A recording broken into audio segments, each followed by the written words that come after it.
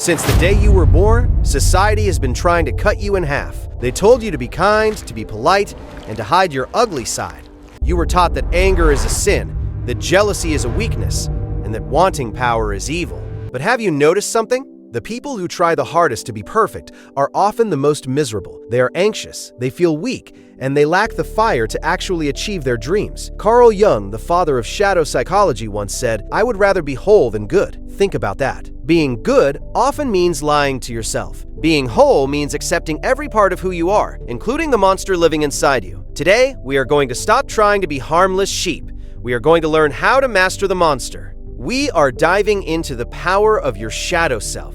So, what exactly is the shadow? Imagine your personality as a house with many rooms. When you were a child, you were born with every room open. You were loud, you were curious, you were angry, and you were confident. But then, the world started closing the doors. Your teacher said, "Be quiet," door closed. Your parents said, "Don't be so aggressive," door closed. Society said, "Don't be greedy," door closed. Every part of you that was rejected was pushed into the basement. This basement is what Jung calls the shadow. The problem is, you cannot delete a part of yourself. You can only suppress it. And anything you suppress becomes stronger in the dark. If you push your aggression into the basement, it doesn't disappear. It turns into resentment. It turns into passive aggressiveness. It stays there, waiting for the moment you are tired or stressed, and then it explodes. Many people believe they are good because they don't have a dark side. They say, "I would never hurt anyone," or "I never get angry." But if you are incapable of being dangerous, you aren't being moral. You are just being weak. A famous idea in modern psychology echoes Jung's thought. A harmless man is not a good man. A good man is a very dangerous man who has his weapons under control. Think of a nice guy. He says yes to everyone because he is afraid of conflict. He hides his desires. But because he hides his shadow eventually leaks out. He becomes manipulative. He talks behind people's backs. He is bitter.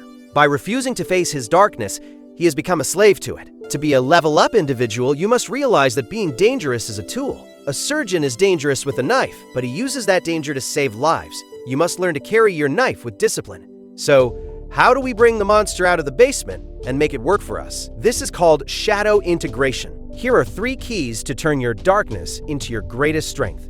Key 1. Channel your anger.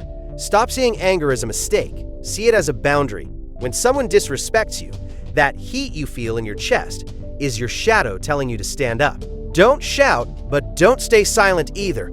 Use that energy to speak your truth with a calm, cold voice. That is integrated power. Key 2. Use your envy as a map. If you see someone with a fast car or a perfect body and you feel a sting of jealousy, pay attention. That is your shadow pointing at your own potential.